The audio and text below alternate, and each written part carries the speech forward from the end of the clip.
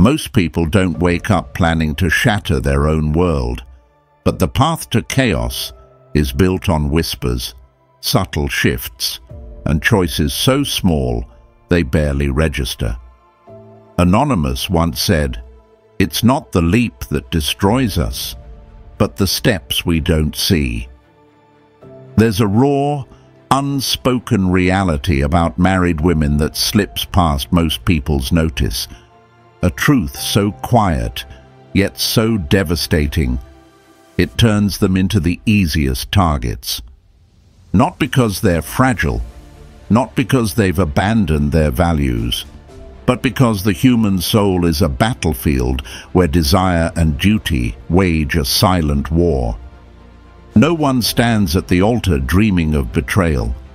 No one imagines the day they'll trade vows for fleeting thrills. And yet, it happens, not in a single dramatic plunge, but through the tiniest cracks.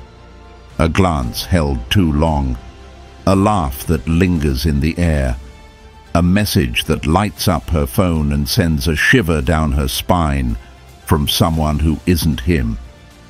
Decades of research into the human mind reveal a chilling pattern. Psychologists call it the gradual unraveling of limits, a slow dance of thoughts and feelings that erodes the strongest foundations, one fleeting moment at a time, until she stares into the abyss of her own reflection and wonders how she got there. So why do some married women become so vulnerable to the pull of temptation? How do they convince themselves it's not as wrong as it seems? And what drives them past the point of no return? That's the hidden truth we're about to uncover. A truth that's equal parts psychology, instinct, and the timeless lessons of Stoic wisdom. Hold tight, because this journey starts now. Number 1. The silent hunger. Why do some married women crave attention beyond their vows? The best marriages are forged in mutual devotion, a sacred alliance that thrives on trust, resilience, and shared purpose. As the Stoic philosopher Epictetus once taught, happiness and freedom begin with a clear understanding of one principle. Some things are within our control, and some are not.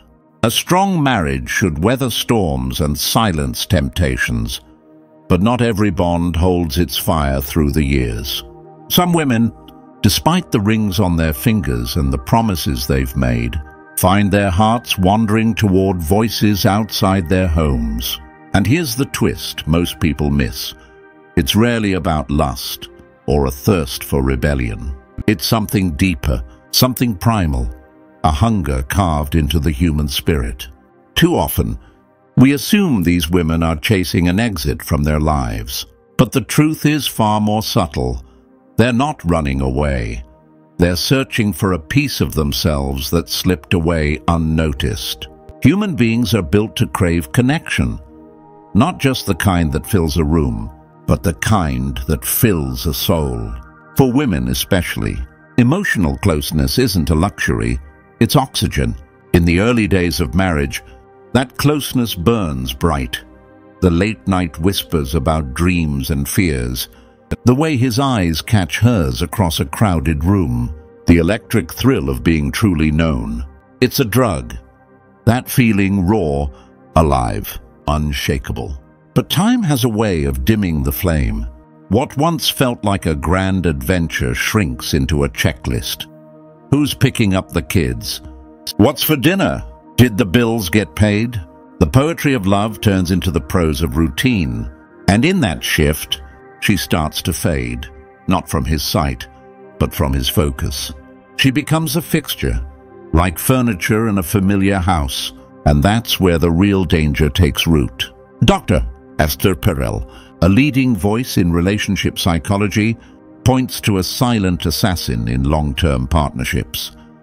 It's not the fights that kill a marriage, but the apathy that creeps in between them. When a woman stops feeling seen, when her words no longer spark a reaction, when her presence no longer stirs his curiosity. Her mind begins to drift, almost against her will. It's not that she's plotting to leave. It's that she's starving for a taste of what she once had. A co-worker's lingering smile, a stranger's kind word at the right moment, a random chat that makes her laugh like she hasn't in years. These are sparks in a darkness she didn't even know she was lost in.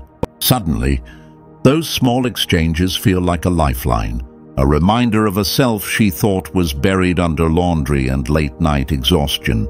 The Stoics understood this well. We are most vulnerable when we lose sight of what drives us. Marcus Aurelius wrote, "You have power over your mind, not outside events. Realize this, and you will find strength." But what happens when a woman's mind, craving purpose, turns outward because the strength within her marriage has faded? Stability is the bedrock of a committed life. It's the steady hand that keeps chaos at bay. But stability can become a double-edged sword. Psychologists call it the paradox of familiarity. The safer something feels, the less it excites. After years of the same mornings, the same conversations, the same predictable nights, a woman might not even realize how much she misses the rush of the unknown until the unknown finds her. A new voice, a fresh perspective, a fleeting moment of being chosen again. It's not about rejecting her husband. It's about rediscovering a version of herself she'd forgotten. Then there's the identity trap, a quiet thief few talk about. Before marriage, she was a world unto herself, a woman with ambitions, quirks, stories that made her unique. After the vows, she becomes part of a unit, a wife, a mother, a keeper of the home. These roles are noble, even beautiful, but they can also cage her spirit if they're all she's allowed to be. When every day revolves around what she does for others, she might start to wonder, who am I when I'm not serving someone else? That question is a crack in the armor, and sometimes it's a man outside her marriage who slips through. Not with grand gestures, but with a simple acknowledgement of her as an individual, a nod to her wit, a question about her dreams, a chance to feel like more than just a role. In those moments, she's not cheating yet, but she's stepping closer to the edge, because for the first time in years, she feels alive again. Number 2, the mind's deception. How do married women convince themselves the forbidden isn't wrong? The heart wants what it wants. An old saying goes, but the mind is the master weaver of excuses that make it all feel right. Seneca, the Stoic sage, warned us, we suffer more in imagination than in reality. Yet what happens when imagination becomes the shield that hides our guilt? No woman slips a ring on her finger thinking, today's the day I'll unravel everything I've promised. That's not how betrayal begins. It's not a thunderclap or a reckless leap into the abyss. It's a whisper, a slow unraveling, a game of self-deception so subtle she barely notices until the lines blur. Because guilt is a heavy chain, and the human spirit will twist itself into knots to break free of its weight. So when a married woman starts drifting toward dangerous waters, emotionally, physically, or both, it's not an instant fall. It's a quiet descent, paved with justifications she crafts in the shadows of her own mind, long before the world sees the cracks. At first, it's harmless, or so she tells herself, a friendly chat that lasts a little too long, a compliment that warms her more than it should. I'm just being nice, she thinks. What's wrong with feeling good for a moment? It's not like I'm crossing any real lines. The brain is a cunning architect of illusions. When something feels right, but clashes with what she knows is true, it builds bridges of denial to close the gap. Psychologists call this moral disengagement, the way we detach our actions from our values to dodge the sting of shame. Richard Dawkins once said, "The easiest person to deceive is the one in the mirror." And so, a woman who once held her vows like a sacred flame starts playing tricks on herself. She minimizes it. It's just a text, nothing more. She deflects. If he noticed me more, I wouldn't be here. She carves out a separate space. This isn't about my marriage, it's just for me. Each excuse is a step further. A brick in the wall she builds between guilt and desire. But here's the trap. The more she rationalizes, the deeper she sinks. For many, the first betrayal isn't a kiss or a touch. It's a quiet shift of the heart. That's what makes it so treacherous. Physical lines are stark, unmistakable. A hand on her skin, a night spent elsewhere. Those are boundaries carved in stone. But emotional intimacy, that's a fog where edges dissolve. A late-night message that feels too personal. A confession shared with someone who isn't him. A bond that grows in secret. Hidden behind, "It's just talking," she might insist. It's not cheating, it's only words. But words are the roots of connection. And when she pours her thoughts, her fears, her unguarded self into another man, she's already drifting from the one she swore to stand beside. Infidelity doesn't start with the body, an unknown voice once whispered. It starts the moment you hide a piece of your soul from the one who deserves it. That's the gray zone where the real danger festers, because once emotions take hold, the body often follows. Then comes the most seductive lie of all. I deserve this. This is the tipping point. The moment justification turns into conviction. She's no longer wrestling with right and wrong. She's rewritten the rules to fit her story. I've given everything to this marriage. Why can't I take something back? He's been distant for years. Why should I keep starving? I've stayed loyal through so much. What's the harm in a little happiness? At this stage, the voice in her head isn't whispering excuses, it's shouting entitlement. The sacrifices she's made, the nights she's felt alone, the dreams she's shelved for the sake of stability, they all pile up into a case she argues to herself in the dark. That connection with another man, the one who listens, who sees her, starts to feel less like a betrayal and more like a reward she's earned. And once she believes she's owed it, the Stoic principle of self-control, that inner fortress Marcus Aurelius urged us to build, crumbles under the weight of her own reasoning. The danger isn't just that she justifies it, it's that the justification becomes a habit. What starts as a fleeting thought, "I'll stop tomorrow," turns into a pattern she can't unweave. She tells herself she's in control, that she can walk away any time, but the heart doesn't negotiate with logic once it's hooked. Neuroscientists say emotional bonds light up the brain like a drug, a surge of dopamine that mimics addiction. Each secret exchange, each stolen moment, feeds the craving for more until just this once becomes just one more time.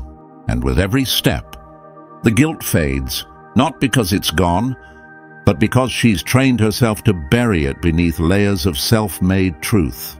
By the time she realizes how far she's drifted, the shore of her old life is a speck on the horizon, and the woman she once was feels like a stranger. Number 3. The point of no return. When does a fleeting temptation become an unbreakable chain?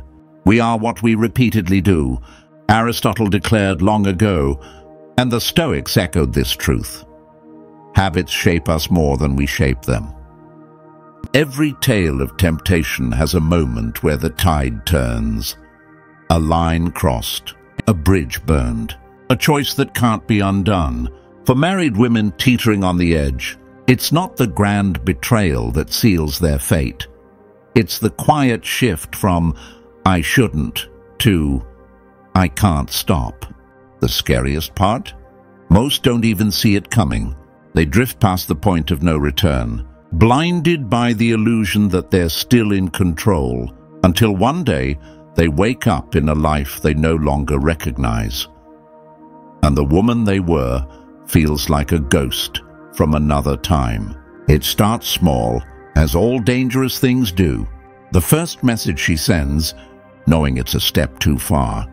The first time she agrees to meet him, swearing it's just coffee, just friends. The first time his touch lingers, a hand on her arm, a brush of fingers. And she doesn't pull away, even though her heart screams she should. That's the crack in the dam, the moment the flood begins. Psychologists call it the escalation of commitment. The idea that once you take that first forbidden step, each one after feels less like a choice and more like momentum. The first time is the hardest. The second is a relief. By the third, it's a rhythm she can't break. What once felt unthinkable, lying to her husband, hiding a secret, starts to feel like second nature, because the mind adapts to anything if you let it run wild long enough. Here's the lie she clings to as the ground slips away. I can quit any time I want. But freedom isn't that simple. Once temptation sinks its hooks into her emotions, it's no longer a game she can walk away from. It's a craving she feeds with every glance, every word, every stolen moment. Science backs this up. Neuroscientists have traced the pathways of desire, showing how new connections, romantic, forbidden, thrilling, flood the brain with dopamine, the same rush a gambler feels at the table. That spark of something new, something alive, becomes a drug she didn't know she needed until it was in her veins. So even when she swears, this is the last time, her heart finds a reason to return, not because of him, but because of how he makes her feel, wanted, vibrant, untamed, like a version of herself she thought was lost forever. Then the lies take over, not just to him, but to herself. The first time she deletes a message, her hands tremble. The first time she crafts an alibi, I was just out with friends. Her voice shakes as the words spill out. The first time her husband asks, who's calling this late? Oh, and she brushes it off with a smile that doesn't reach her eyes. It feels like a betrayal of everything she stands for. But the human spirit is a chameleon. It bends, it shifts, it learns. Soon, the trembling stops. The excuses flow smoother. She masters the art of hiding. A locked phone, a secret smile, a story ready for every question. Guilt doesn't vanish. It just gets buried deeper. Tucked beneath a veneer of normalcy, she polishes with every passing day. She tells herself, I'll end it soon, next week, next month, when the time's right. But weeks stretch into seasons, and the longer she dances this double life, the harder it becomes to step off the stage she's built. Here's the final twist. The moment the story rewrites itself, her marriage stops being her anchor. Her husband, once the center of her world, becomes a shadow, a footnote, the other man in a life turned upside down, the real bond, the one that quickens her pulse and fills her thoughts, lives elsewhere, in stolen conversations, in glances across a room, in a connection that feels more honest than the vows she's breaking. Even if she hasn't crossed the physical line, her soul has already chosen its allegiance. The Stoics taught us to guard our inner peace, to cling to reason over passion. But when passion takes the reins, reason becomes a distant echo. And when that shift happens, the end is inevitable. Two paths stretch before her. She gets found out, the truth spilling like blood on the floor, or she walks away, unable to bear the weight of living two lives any longer. So why do some married women fall so far? Because they're not chasing betrayal. They're chasing a feeling they've lost, And once they taste it, turning back feels like surrendering the one thing that reminds them they're still alive. It's not weakness that pulls them under. It's the strength of a hunger they've convinced themselves can't be fed at home. By the time they see the chains, they're too tight to break. And the life they knew is a memory fading in the rear view. Why do some married women fall so easily? Not because they're weak, but because they're human, chasing a spark lost to time, slipping through excuses until the lines vanish. They don't plan to betray, they drift into it, hungry for what home no longer gives. Epictetus said, "You become what you give your attention to." And once temptation takes hold, turning back feels impossible. But here's the power. To see this truth is to see what others miss. The silent drift, the hidden hunger, the steps before the fall. With this, you're not blind anymore. You can guard what matters, choose reason over ruin, master yourself as the Stoics taught. So use this wisdom, spot the signs, hold the line, and never let the game claim you. This is Stoic wisdom. Until next time, stay sharp and see you soon.